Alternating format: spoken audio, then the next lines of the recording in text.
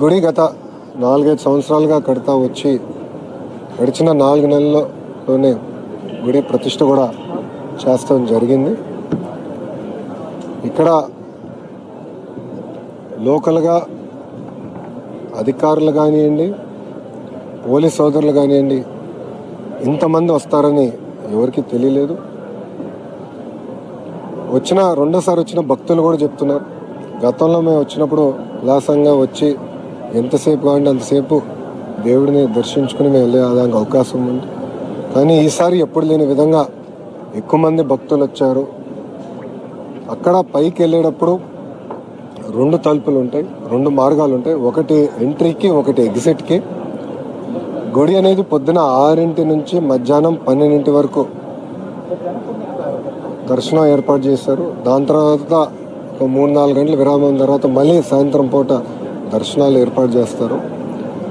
పొద్దున వెళ్ళాల్సిన భక్తులందరూ ఎంట్రీ మార్గం నుంచి వెళ్ళారు. సుమారుగా 11:30 ఎందుకంటే 12కి గుడి ముయ్యాలి కనుక ఎంట్రీ మార్గం అనేది మూసేస్తాం జరిగింది.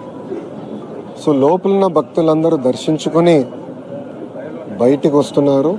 బయట ఉన్నవారు మళ్ళీ సాయంత్రం వరకు ఉండాలని కొంతమంది లోపలికి వెళ్ళాలనుకున్నప్పుడు ఒకే మార్గం ఉండే గల అక్కడ తోపులాట జరిగింది.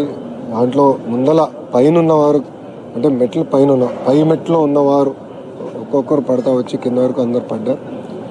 ఇంకో పక్కన మీడియా మిత్రులందరూ కూడా చూస్తుంటారు, బ్యారికేడింగ్ వేశారు.